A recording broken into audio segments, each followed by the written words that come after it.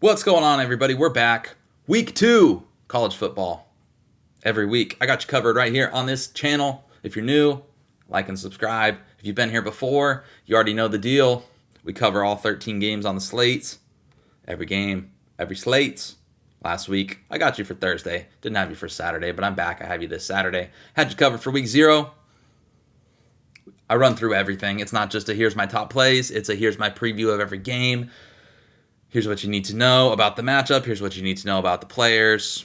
We go as in-depth as possible because if you're trying to get a takedown, you need to really get in the weeds. So we get in the weeds as much as possible. I always say I try to shorten it up, not give you a ton of useless information, try to only give you good information.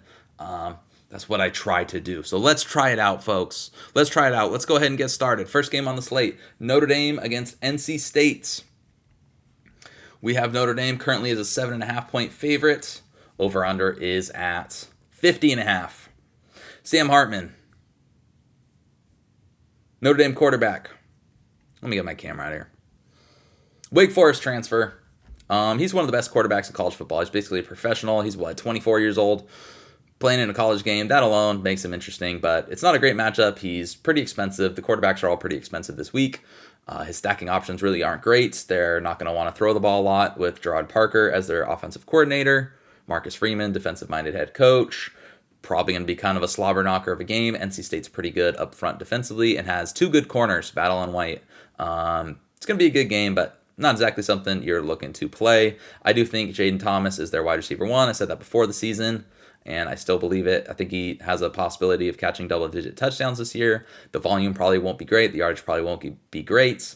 Not a very interesting price, but I suppose he's viable. Chris Tyree's a converted running back. He's explosive. He could always take one to the house. I wouldn't bet on it. We haven't seen this team win a game where it needs to pass, of course, because they've played Navy and Tennessee State. I'm not sure how the wide receivers are going to hold up if they do get in that game.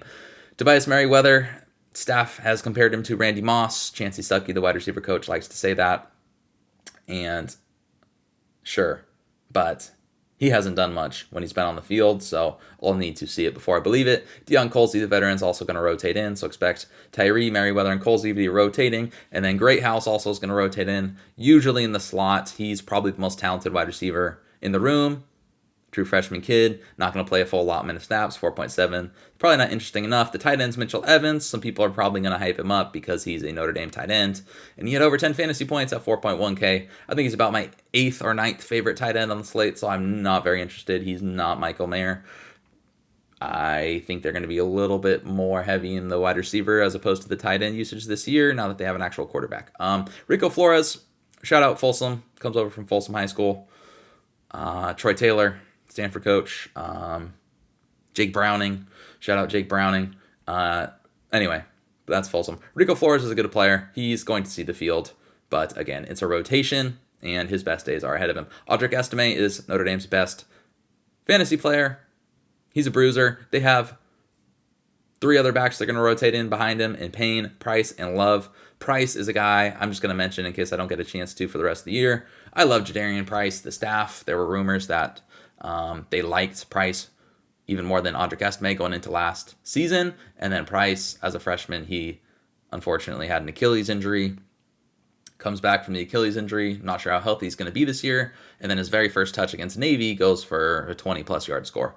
Also gets a receiving touchdown last week. I think Jadarian Price is going to have a hell of a career, and I like him. But again, it's not like he's going to get a huge workload at this point in time. Payne is just okay. He's an okay option.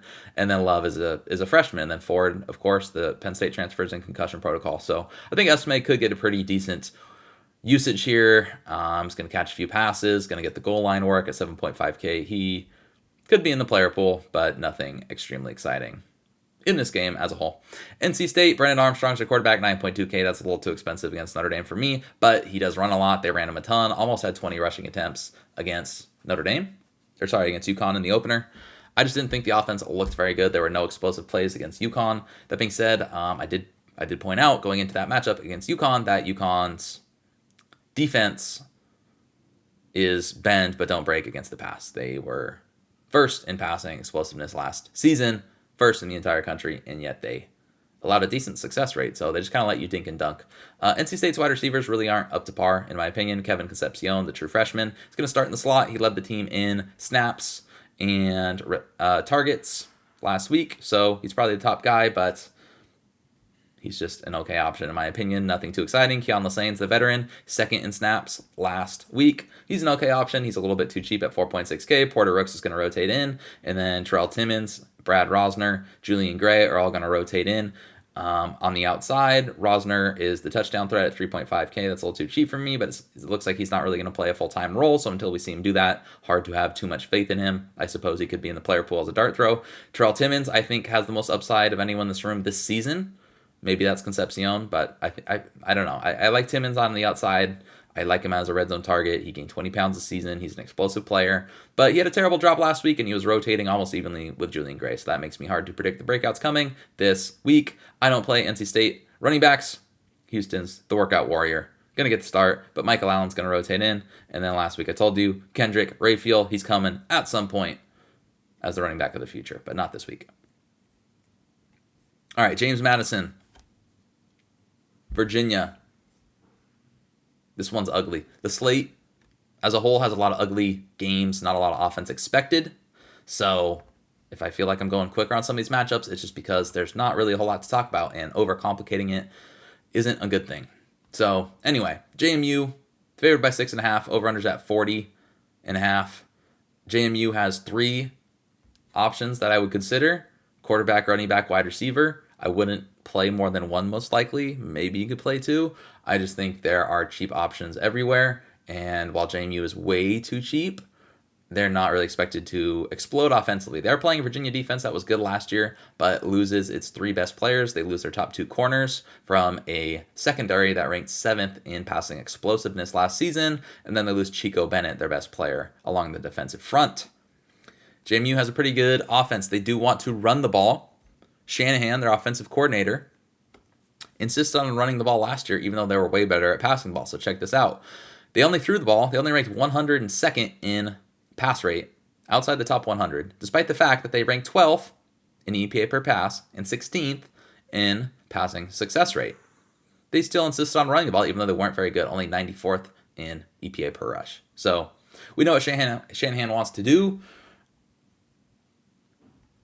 Kalen Black, probably going to be their top running back, went for $125. Last week, I see him being popular. I will note that was against an FCS school. I will also note that I think they're going to rotate 3 running backs. Latrell Palmer's a veteran who's been there forever and is going to get some usage. And then Tyson Lawton is a transfer who I believe he had 1,000 yards as his last stop at the FCS level. But he's going to get some carries as well, and a Stone Cold min. So I guess if you need someone who's min-priced, you could go with Tyson Lawton. But I think Black's the top guy. I suppose he's viable. I think there's 2 really good running backs that probably everyone's going to play, and that probably I'm going to play, especially in cash, and get different elsewhere in GPPs. Okay, Jordan McLeod's the quarterback. He played at South Florida. He played at Arizona. He's a pretty good player. He didn't get the start last week. They insisted on playing Alonzo Burnett, the dual threat at quarterback last week, and he was dreadful. 3 for 11 passing. He had as many completions as he has numerals following his last name. That's not what you want to see. Andy had an interception.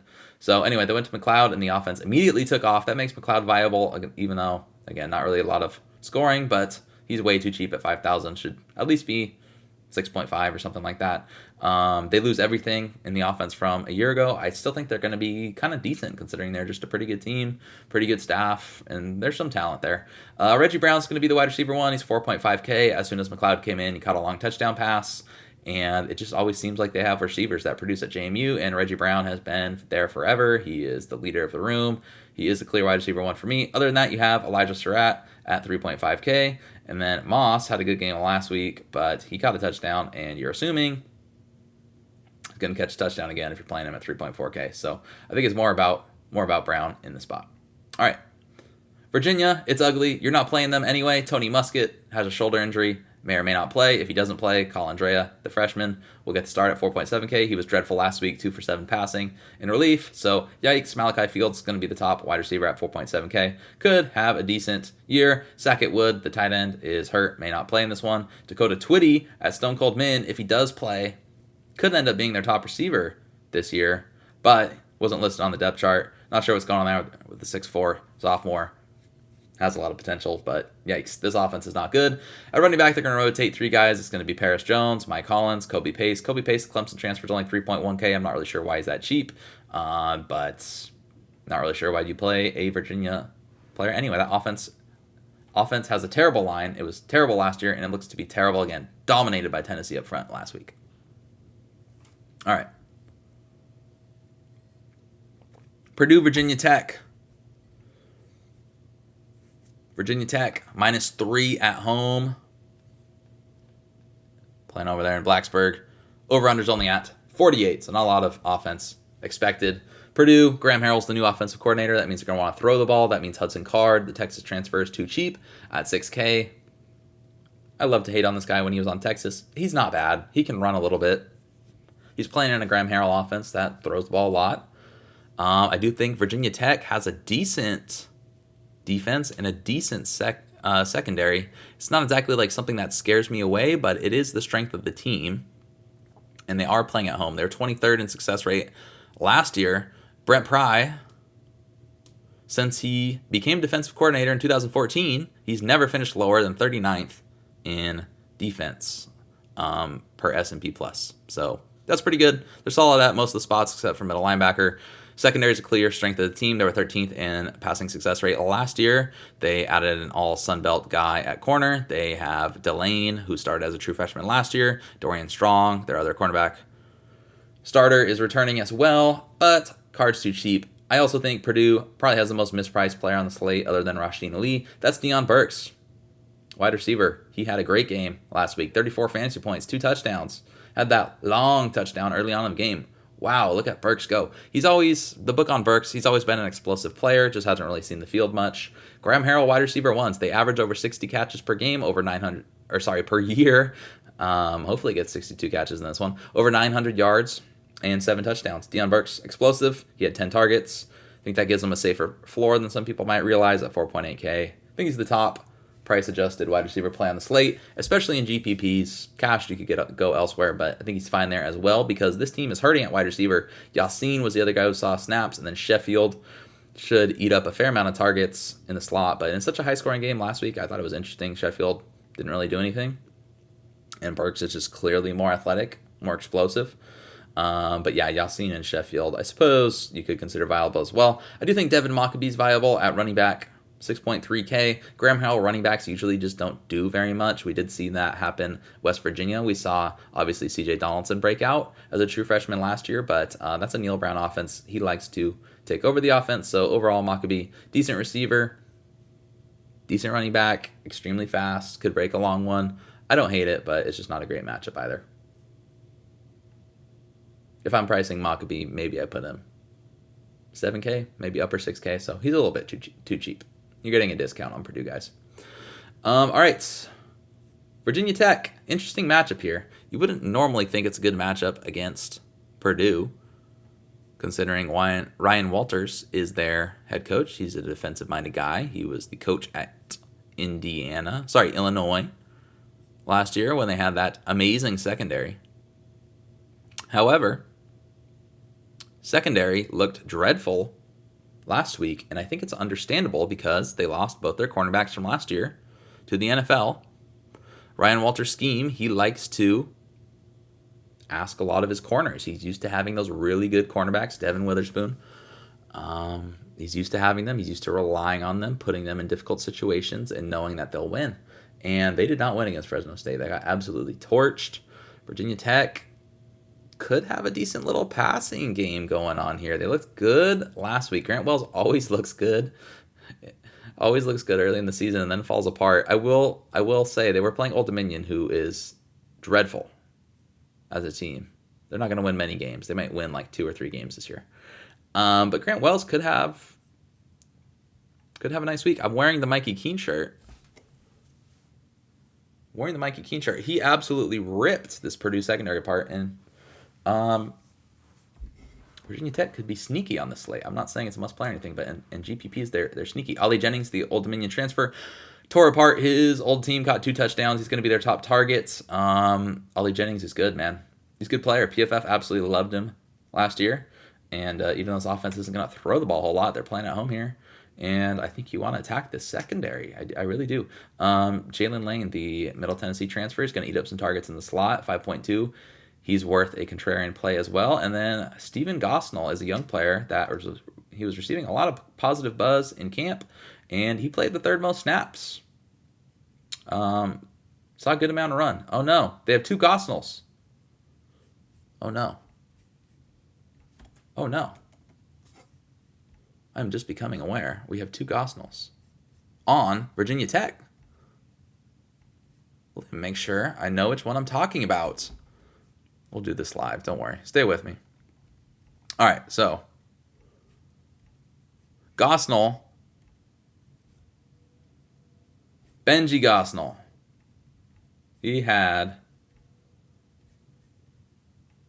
the one who played all the snaps. Benji Gosnell. 3.1K. So he's too cheap. Too cheap. Steven Gosnell also played a little bit. But Benji Gosnell, he's playing there at tight end because Nick Gallo was recently announced out for the season. He was out last week as well. So Benji Gosnell, this offense does like to utilize its tight ends, and Benji Gosnell is out there. So if you really need a cheap option, you can do that. Virginia Tech, as far as running back goes, just really couldn't run the ball against ODU. I think that was a bad sign. Bayshall Tootin, the transfer, Tootin and Bootin, could be in for a decent workload here again. I suppose he's viable, but I like the passing attack more, and not being able to run the ball against Old Dominion doesn't give me a ton of confidence. And then Malachi Thomas is going to get a few carries as well, and probably take away a few targets in the passing game. All right, let's move on here. Troy going against Kansas State. Right now the line is -17 for Kansas State. Over-under's at 51.5. That means, Troy, you're not going to be very interested.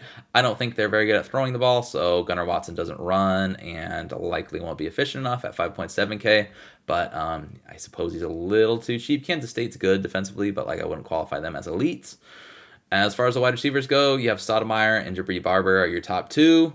Stoudemire didn't play last week, so if he's out, Barber, I suppose, is viable at 4.2K, but it's really not a passing attack I'm going to want to target.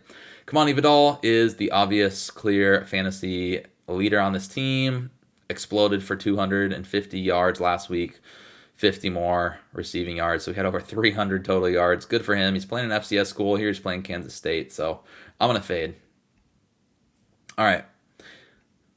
Kansas State has a pretty good offense this year, man. Pretty good offense. Will Howard at quarterback. Going to have a decent little year. If he wasn't priced up at 8.9K, I actually might take a shot at him. But unfortunately, he is priced all the way up, so probably not going to play him here.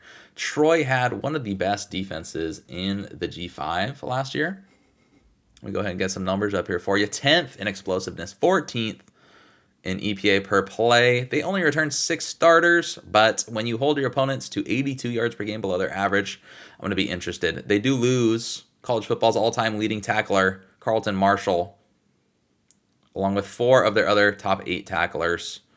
I think you're going to take a little bit of a step back up front, while the secondary is elite by G5 standards. Secondary is pretty good, so I suppose that means Kansas State's rushing attack is viable. Trayshawn Ward, Florida State transfer. I've always been high on Trayshawn Ward. He transferred out, lost some touches to Trey Benson last year, but Trey Benson is a freaking monster, man. I don't think there's any shame in that. And we know Colin Klein's going to run a little bit tempo, get this rushing attack going. My issue is DJ Giddens is a good back as well. Young guy, saw playing time behind Deuce Vaughn last year. Looked good in the opener. They got a good duo. I think they're both going to run a lot.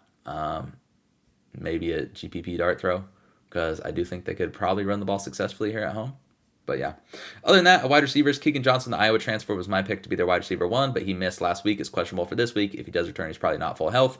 Phillip Brooks should not be listed as their most expensive receiver. That should be RJ Garcia. He's a young guy they've been talking up since he was on campus last year, and he exploded in week 1. So anytime you hear positive buzz about a guy and then you see the results on the field, that has me interested in RJ Garcia, but I wish the price was a little cheaper. Other than that, Jaden Jackson, the Ole Miss transfer, caught the first touchdown of their season, but probably won't do much. And then Ben Sinnott, if I'm saying that right, it's not silent. Is it Sino? Let's go with Sinnott. he's a freaking good player. He's going to be used a lot. So at 4.5K, I actually do think he's viable. Looks like he's going to be one of the most productive tight ends in the country this year. I mean, it's a good offense, and the passing attack doesn't really have a clear leader unless Garcia becomes that guy weekly. But even then, they need a wide receiver too, and especially if Keegan Johnson's banged up. Yeah, man, Sanat's definitely viable. All right. Oh no, Baylor football. Baylor football. There's not much good to say, man. They are plus 7.5 at home here after losing to Texas State, giving Texas State its first win against Power 5 team. Yikes. Over-under's at 47, so another one that's not going to be very interesting for fantasy. And Utah is such a mess. Their 3 best offensive players are all hurt. So it's a messy situation, and Whittingham doesn't tell the media what's going on with injuries. So we're just left to guess. Cam Rising didn't play last week. He has been cleared. Well, here's the thing. He hasn't been cleared. He's practicing in full. He has not been cleared. So my guess is he's not playing, and even if he does, he's way too expensive at 9.9K. Barnes probably gets a start at quarterback, but he's going to rotate him with Nate Johnson. Nate Johnson is one of the fastest quarterbacks in college football. He runs a 10.300 meter.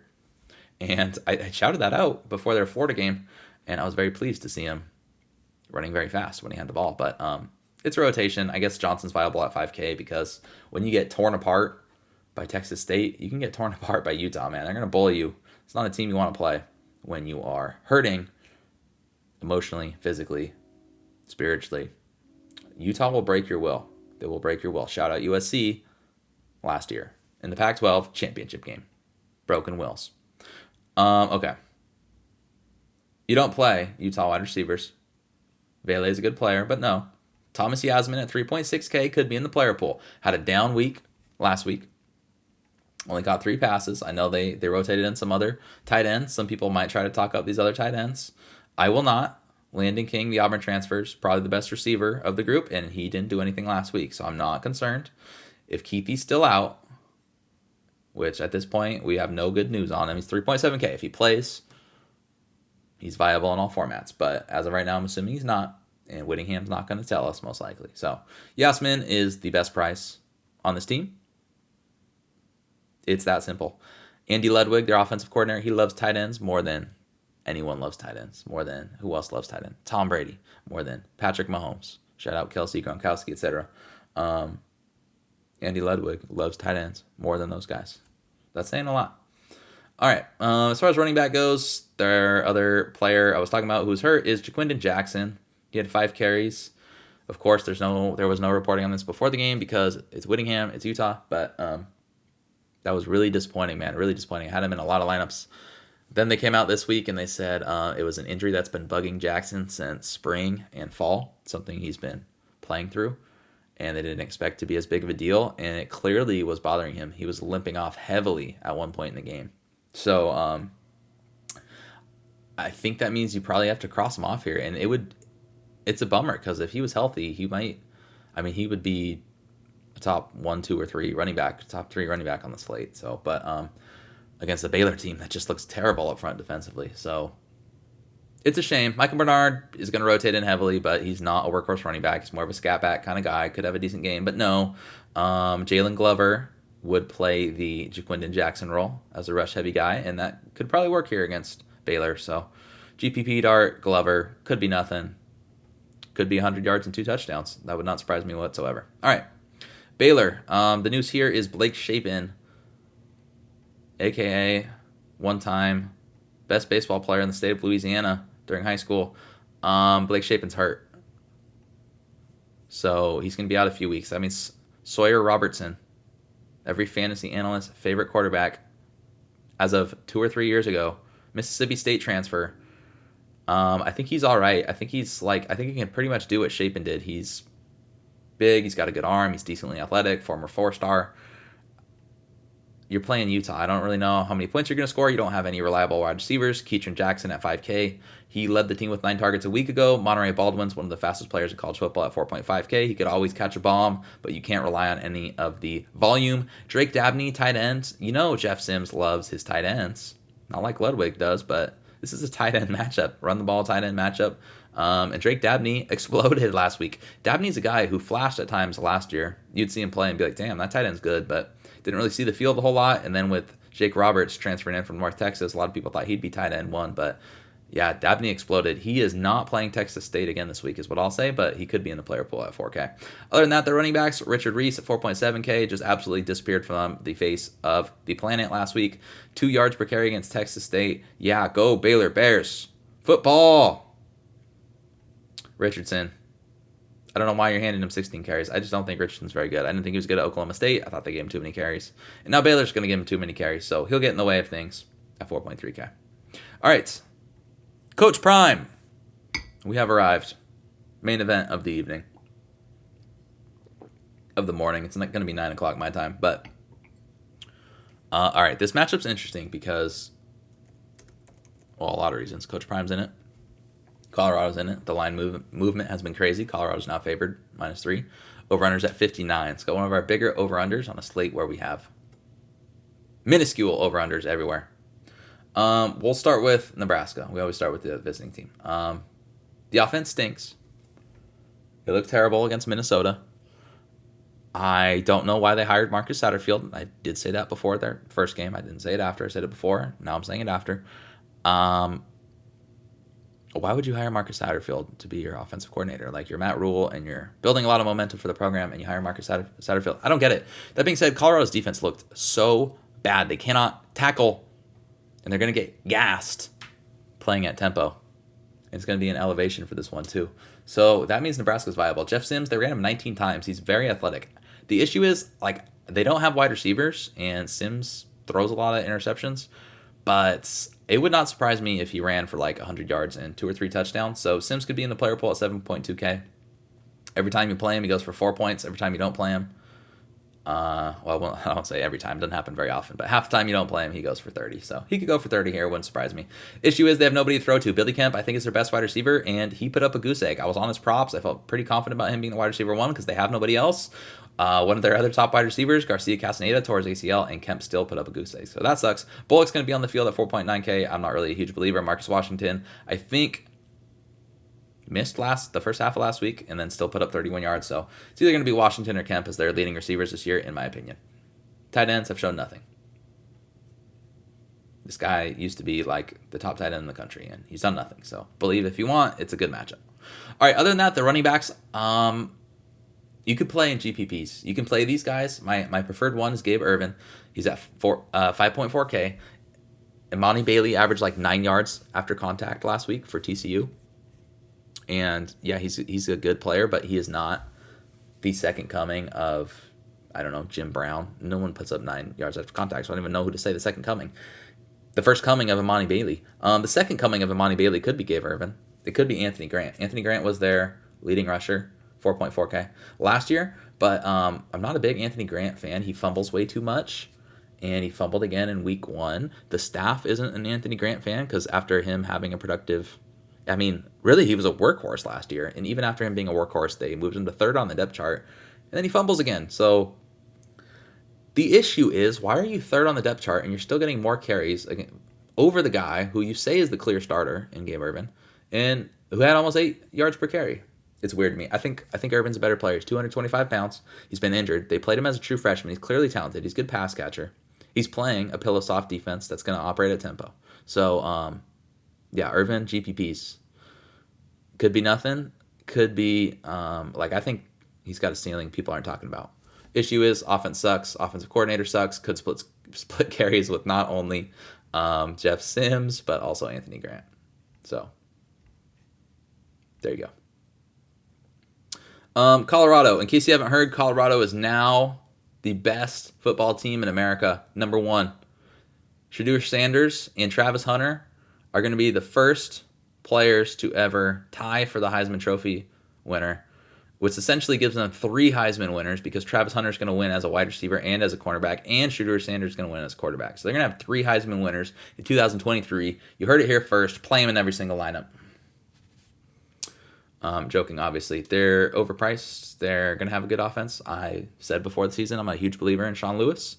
Did not see that explosion come in week 1, of course. But, yeah, man, I don't think enough people were talking about Sean Lewis being an A-plus offensive coordinator hire. Of course, you're going to talk about Coach Prime or whatever you have to talk about to get ratings, but was a goddamn good hire, and Shedeur Sanders looked fantastic in this scheme. Sean Lewis's offense are always good.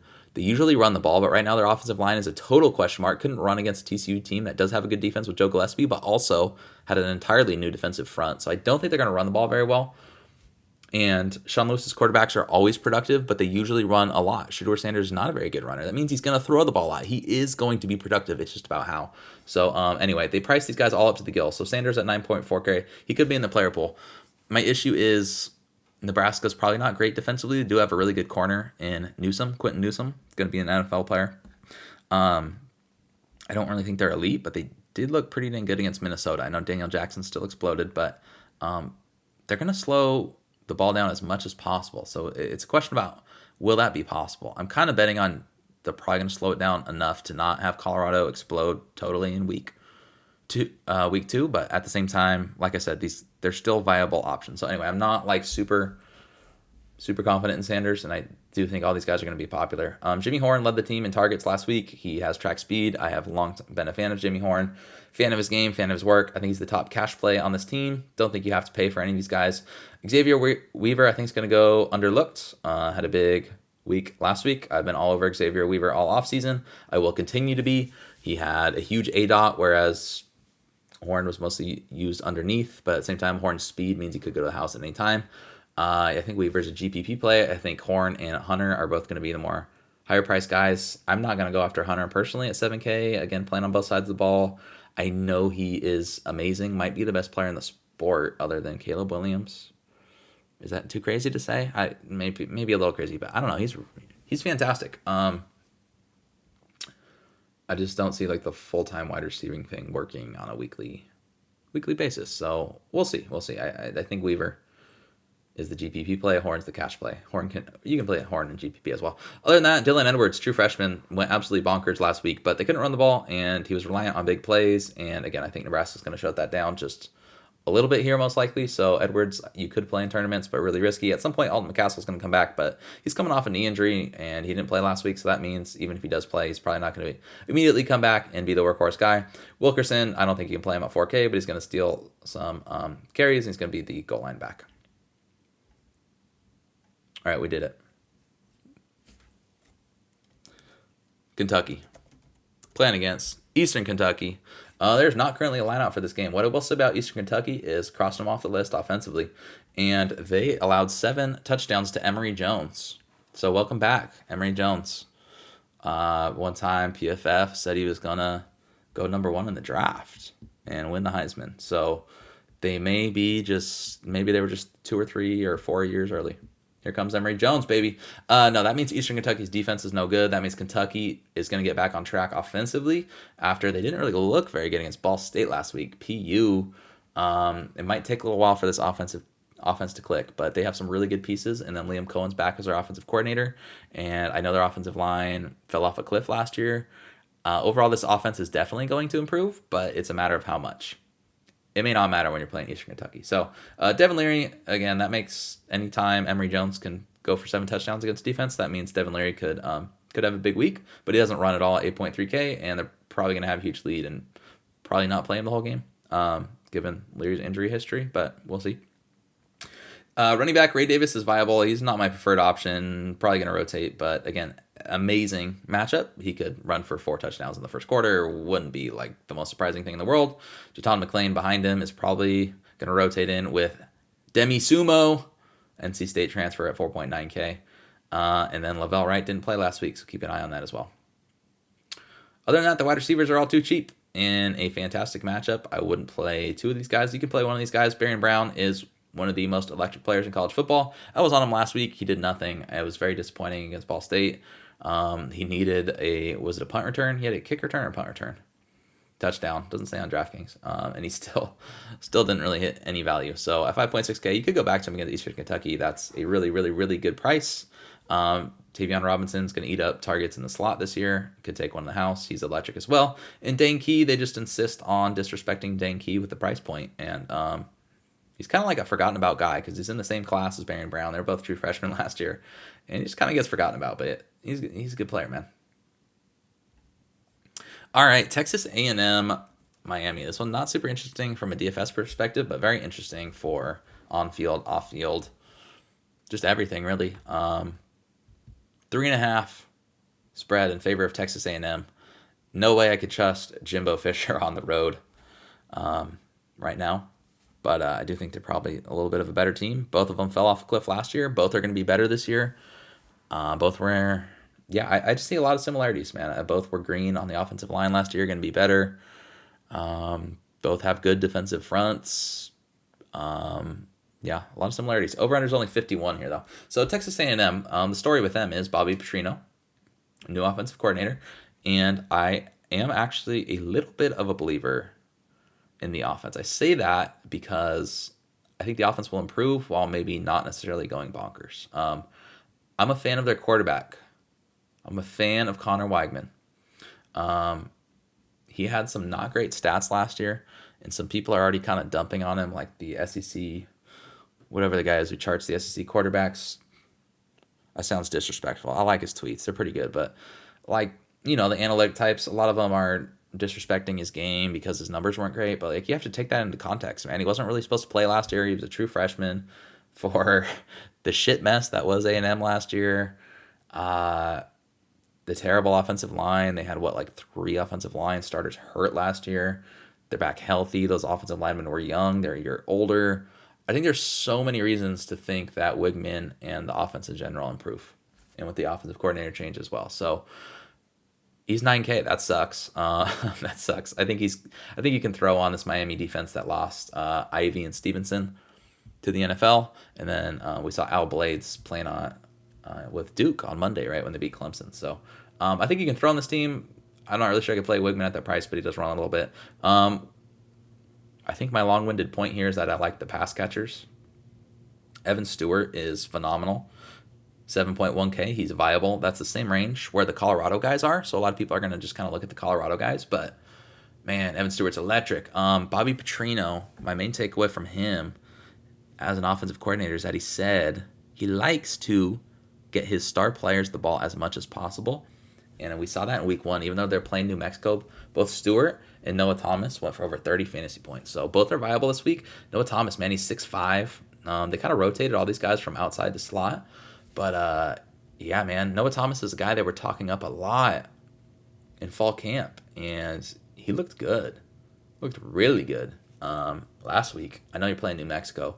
I think Evan Stewart is a much more known commodity, much safer, higher floor in this matchup, so he's my preferred target while they have a similar ceiling, right? So, but they're they're 1K difference, so I think both are viable. Other than that, Nice Smith's been in college forever at 5.5K. I'm not really interested. Moose Muhammad at 4.2K. I am interested. He was on the field a lot last week. Just didn't really do anything. I guess the issue would be if it's the Petrino, feed your studs. Does he consider Muhammad a stud? I don't know. Muhammad had a good year last year. He's a good player. I think they have 4 good wide receivers. I think it's the best unit on the team. I think they're going to throw the ball in Miami.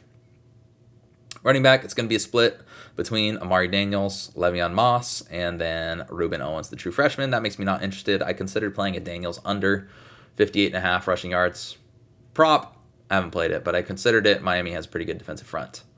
Leonard Taylor, shout out. All right.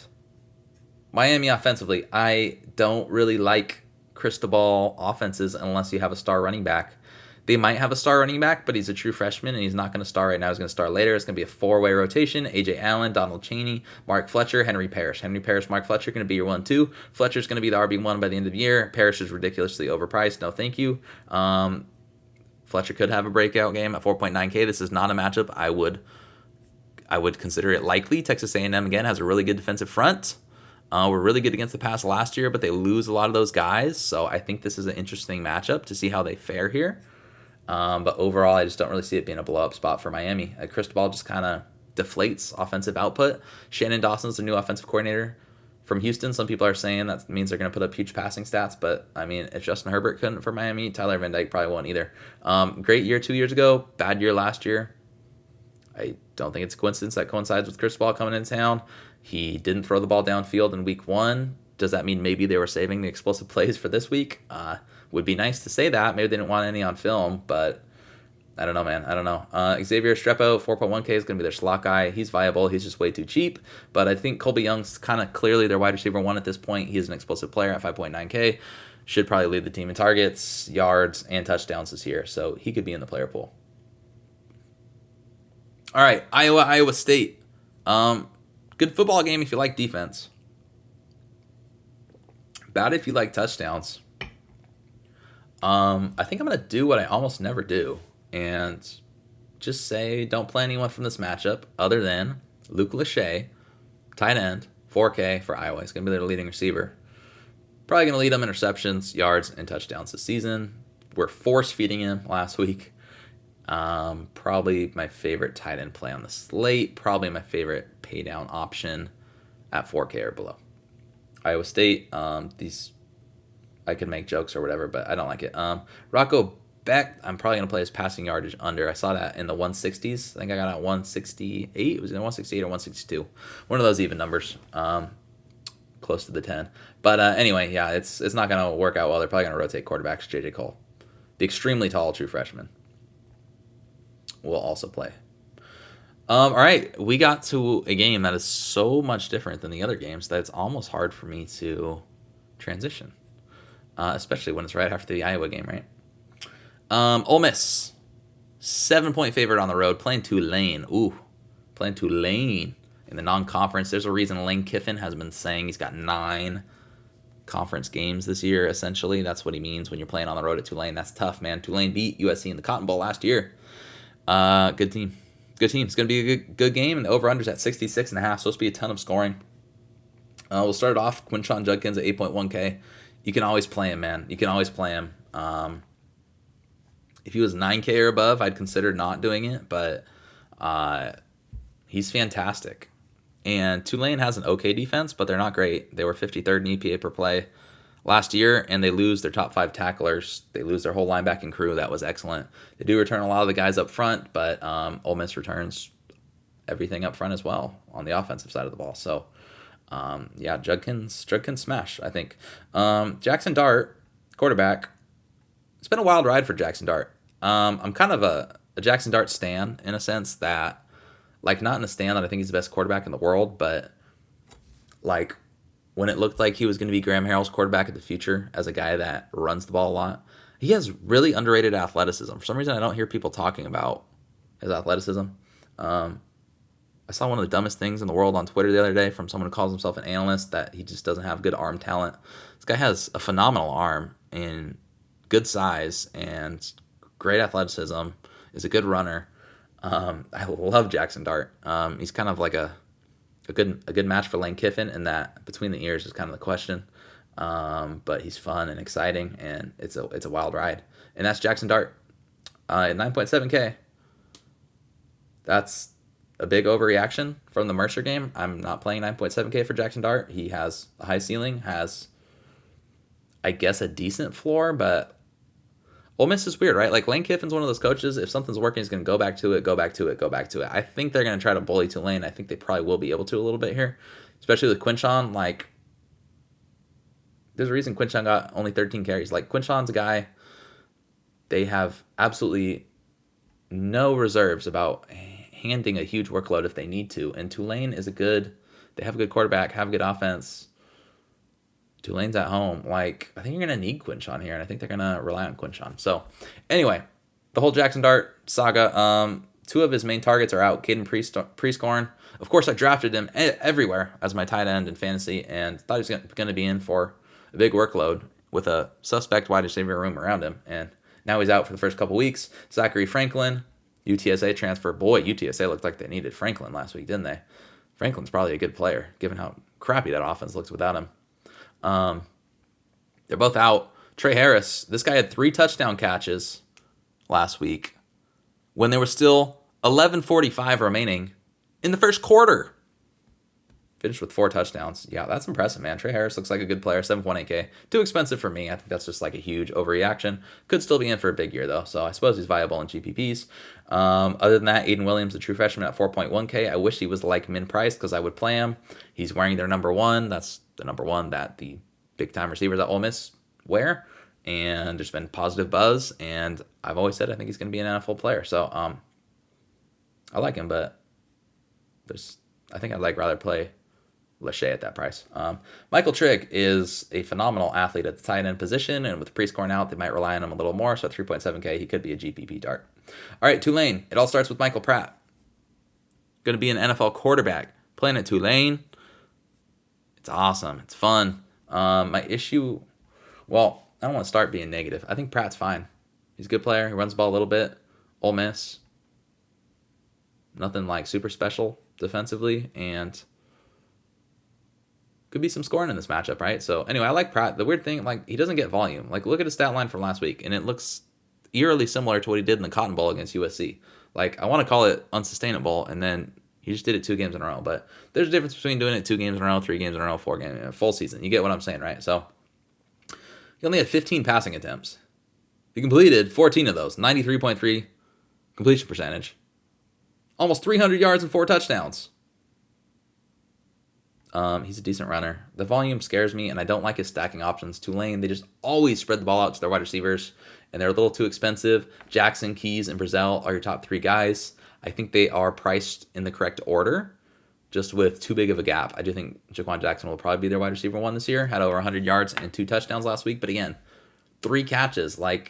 There's no way you're playing these guys in cash. Brazel, I guess, is the cheapest option, is the one you would go to, considering they're equally on the field. At least last week they were, and equally targeted. But yeah, Tulane receivers is not really something I want to play. With Pratt at quarterback, that can change things. So I guess I'll say any of them are viable, but it's way more of a dart throw than I usually play. So for sure, only in GPPs. I'm not sure even single entry I would do it, but you can.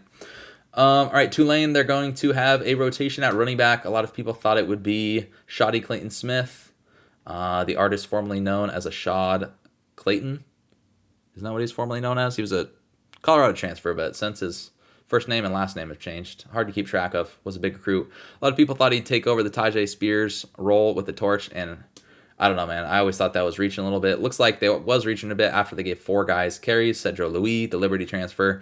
Iverson Celestine, the player that's been there forever. Did lose a key fumble last week. And then Mekhi Hughes also had a good week at 3.4K. So I guess Hughes, if anything, at 3.4K. But not for me. Oh, my goodness. UTEP Northwestern. The moment everyone's been waiting for. UTEP's -2 against a Power 5 team. Gross, man. Both these teams have looked terrible. Over-unders at 40. I almost want to cross it off. Real quick, I'll say Gavin Hardison can throw a football over them mountains. But if you ask him to hit the mountain, he's not going to hit the mountain. So he better throw it over the mountain because accuracy, decision-making, not a strong suit. Deion Hankins, going to run the ball a lot this year, but if the Rutgers running backs found it tough sledding, so will UTEP. They return everything along the offensive line. Everyone's saying UTEP's going to have a great offense. They're just not, and Dana Dimmel's going to slow the ball down. These are 2 very defensive-minded, old-school coaches' style of play. It's going to be hideous. Don't watch it. Tyron Smith at 7.6K probably is going to have another big year, but he's had a slow start, and the price is bad. All right, Northwestern. Let's go ahead and cross them off, folks. Cross them off. Cam Porter at 7.4K if you really need something. Probably is the most productive player on this team and is priced a little too low. Ben Bryant, if you want to get super freaky at 5.1K, get super freaky, but I will not be. All right, UNLV, Michigan. Who's coaching for Michigan this game? I think it's Mike Hart, right? I know Harbaugh's crazy. He named 4 interim head coaches for 3 different games. The math doesn't add up, but I think it's Mike Hart in this one. So maybe that's a portent that their running backs will go crazy. But first, let's talk about UNLV. Brendan Marion's their new offensive coordinator. He's been an offensive coordinator at a few stops, but not at the FCS level. He was most recently wide receiver coach at Texas. Was wide receiver coach with Jordan Addison when he won the Biletnikoff at Pittsburgh. I'm a friend of Brendan Marion.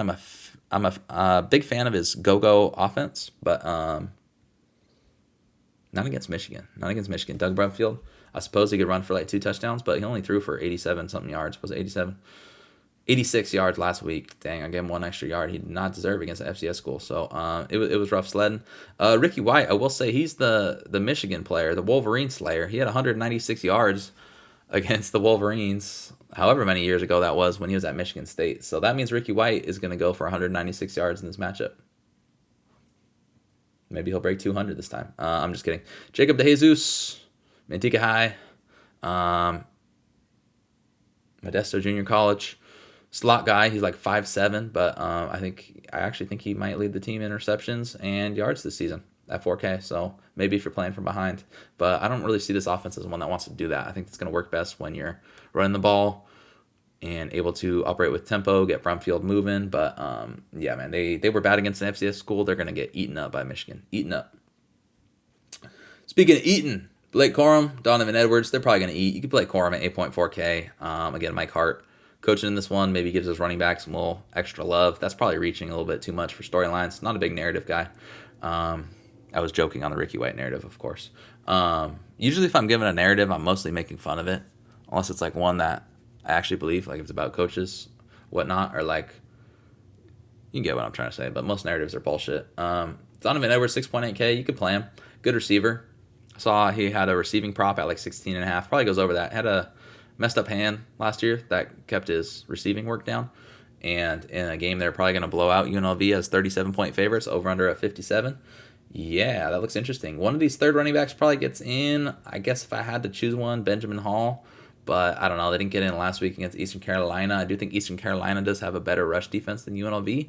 So maybe this is a bigger spot for these guys. I think Donovan Edwards as a GPP play is actually my look. I think in general, Blake Corum's underrated. He's going to have a huge year. But in these matchups where they have no incentive to give him a ton of work, it's hard for me to play him over a guy like Judkins. But of course, Corum could easily outscore Judkins. Corum could score 5 touchdowns, 6 touchdowns if they wanted to. They could like try to break a record and get Corum 10 touchdowns in this game. Wouldn't be crazy. But that's reaching a little bit. So I don't expect it. I think they're going to share the love a little bit here. Oh, I don't play Michigan. Passing attack. I know I skipped over him. I just kind of always do. McCarthy's okay at 9.1. He runs a little bit, but it's just not how the system works, guys. And every year they say it's going to be different, and every year it's not. But McCarthy's probably the most talented quarterback they've had, so probably has a decent year. Colston Loveland, their tight end's my favorite play probably at 4.1K. He's in that range where they just put all the tight ends, and Loveland's an explosive player. Great matchup. Shined as a true freshman last year. All the doors have opened, so Loveland probably has a big year. All right, Marshall ECU. How are we going to end on Marshall TCU? It's just ugly, man. Marshall's a 3-point favorite, over under 43.5. I'm not a big East Carolina guy this year. They have, were they dead last in returning production, close to it. They lose everything, but it's still weird to see them as an underdog at home to Marshall. That's weird. All right, so the big story in this one, I guess this is why they saved it for last, hoping you would miss it. Rasheen Ali is going to be over 90% owned on the slate. He probably should be 100% owned. I have no problem eating the chalk. You can get, so for reference, I know a lot of people don't play season long.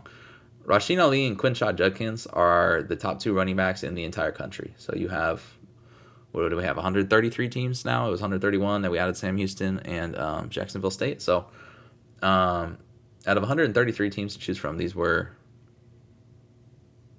the teams that had the top 2 running backs. So you can get both, and you can afford them easily. So Ali's fine. I think mostly like in cash, just play him and Judkins or him and Corum, and then call it a day. I'd play him and Judkins, call it a day. In tournaments, you don't have to, but it's just, you're like, it's whether you want the leverage or not, because you can get the leverage elsewhere. There's 13 games to choose from. There's some like weird FCS matchups and stuff where things could get crazy on the slate. There's like 8 viable tight ends. So, again, it's not like there's going to be a super, super, super chalky lineup, in my opinion. But anyway, yeah, so Ali's fine. He catches a lot of passes. What I will point out is that East Carolina is clearly a pass funnel team. They were last year. I think they're going to be again. It's Blake Harrell, man, their defensive coordinator. That's his scheme. He excels at stopping the run. Back in 2017, when he was coaching at the Citadel, his defense was number 1 in the country in scoring defense. Last year, we saw them, man. They were good against the rush, 34th EPA per rush, and they were terrible against the pass. 113th in EPA per pass, 122nd in passing success rate. That is a very stark contrast. And then this year, They'll lose 5 of their top secondary guys, including a cornerback that was second team all AAC. So, and I want to say that guy was probably Fleming, because that kid on Houston, he had 2 picks, had a return touchdown. I said Eastern Carolina transfer, so why have I never noticed this guy before? I'm guessing that was their second team guy that they lost. Anyway, good player. Yeah, man, that means maybe Ali doesn't hit value. Again, especially in tournaments, it's totally viable. Like, Eastern Carolina did a decent job of stopping Michigan, and they didn't really stop Michigan, but I guess what's the saying? They contained them. You can't stop them, but they contained them a little bit, right? Michigan only scored 30 points. That's a win defensively, and a good defensive coordinator. Looks like, I don't want to call them a terrible secondary. That's kind of mean. They're college kids. They're a very unproven green with a lot of question marks in the back end. Is that an acceptable way of saying it? So anyway, yeah. And Marshall, you don't play the passing attack. You just don't do it. Even against this easy matchup, even then, maybe Talik Kitten catches a big pass. Probably not. Maybe Chuck Montgomery has another big game like he did against Albany. Probably not. Montgomery, if anything. GPP dart throw. All right, Eastern Carolina, yeah, it's going to be rough offensively this year. They only returned 4 starters. They lose Holton Allers, who has been starting there for a million years, former Little League great, Bigfoot hunter, the works. They lose Holton Allers. They lose a 1,000-yard running back who made his NFL team. Was he on the Ravens? He made the Ravens roster, I believe, 53-man roster. Lose their top wide receivers. You lose your tight ends. You lose everything. So it's going to be ugly. Mason Garcia was a big-time recruit at one point, but he has not shown anything. He didn't show anything last week, and he got benched for Alex Flynn. They were splitting reps. Marshall had a good defense last year, and probably will again. I'm not sure they're going to be quite as elite as they were last year when they were first in the entire country in EPA per play, once you filter out for garbage time. Second in success rate. Second standard down EPA. Second passing down EPA. Second passing down success rate. Third rushing success rate. First EPA per pass. First passing success rate. Fifth havoc. Eighth line yards. Fifth stuff rate. Sixth front 7 havoc. All right, that's probably enough stats for you guys to get how elite Marshall was. That being said, they don't have a lot of experience outside the top 100 returning production. Returned 11 starters overall. Had a lot of close games last year. This is, I guess, me convincing myself on ECO +3 at home. But anyway, the deal with ECU, backfield's gonna split carries. By the way, Rajay Harris is my predicted RB1, but he's coming back from injury, so he'll probably continue to split carries with Marlon Gunn, and then Javius Bond, the freshman, looks electric, but probably not gonna explode in this matchup. If you need someone at 3.1K, you could throw a dart, but Gerald Green, I've long been a fan of his as well, so I think all 4 are gonna get touches every game. Josiah Hatfield's one of the fastest players in college football and is going to play more this season. I've been a believer in him for like 3 years, and it never happens. So probably won't happen again. But Marshall, even last year, all those numbers I just rattled off. You want to know one number that I didn't read? 116th in explosiveness. 100th in passing explosiveness. So they do give up the big play. Even last year with those elite players, and you lose 34 starts from the secondary, including Gilmore. I always get their names wrong. Is it Stephon Gilmore? Or is that his brother? Whatever. They lose one of the Gilmore brothers. The guy who had the pick 6 against Tyler Buckner to beat Notre Dame. The path is there for this wide receiver room. Hatfield could catch a big one. I think the guy who's going to have a big season, even with the questionable quarterbacks, is Jalen Johnson, former Georgia transfer. They had some good wide receivers last year, and they lose them all, man. They lose everything. Out wide, and Jalen Johnson, they moved him to the slot. That's the slot role that usually gets a lot of targets in this matchup. In this scheme.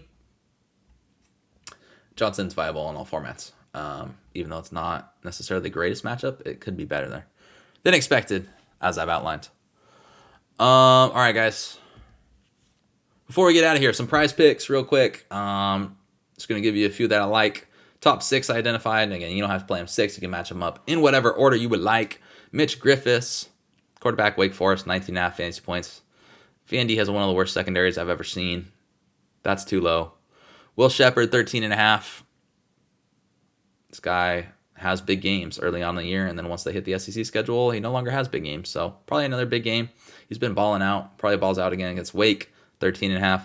Evan Stewart, just a monster, like I said. Absolute monster. 14 fantasy score. That's too low for me. Rocco Beck, so it was 162.5. Going against Iowa, Cooper DeJean, that secondary. I'm not going to try to pronounce the safety's name. The kid who was a true freshman last year who had the pick 6 against Kentucky. Yeah, man, you ain't throwing the ball for over 162. You might even split reps with J.J. Cole again. So that ain't happening. Austin Reed. They insist on pricing Austin Reed like ridiculously low. What was he at? 302 or 305 to start last week. And last year, I think I played him every single week. They had Austin Reed. Malachi Corley, his top wide receiver, went down last week. I believe it was in the first quarter. It was in the first half anyway. And he still absolutely torched his passing yardage prop en route to getting us a 25x. So Austin Reed was a part of that, I believe. He was a smash play. He's playing Houston Baptist, man. He should throw the ball against Houston Baptist. Corley's expected to return this week, by the way. And then last but not least, Deion Burks, over 52.5. Explosive player. Double-digit targets last week. Graham Harrell, wide receiver 1, it looks like. Sign me up for that. All right, those are my favorite plays going on so far. All right, guys, thanks for watching. As always, at Yonkers CFB, give me a look on Twitter. Devi Watch, I got you guys covered. I'm dropping props, full props coming tomorrow. Betting articles, check them out. Covers every week. Always do like 3 or 4 Pac-12 games. I give you my best bet for what I'm looking at there. So other than that, thanks for tuning in as always, and best luck this week.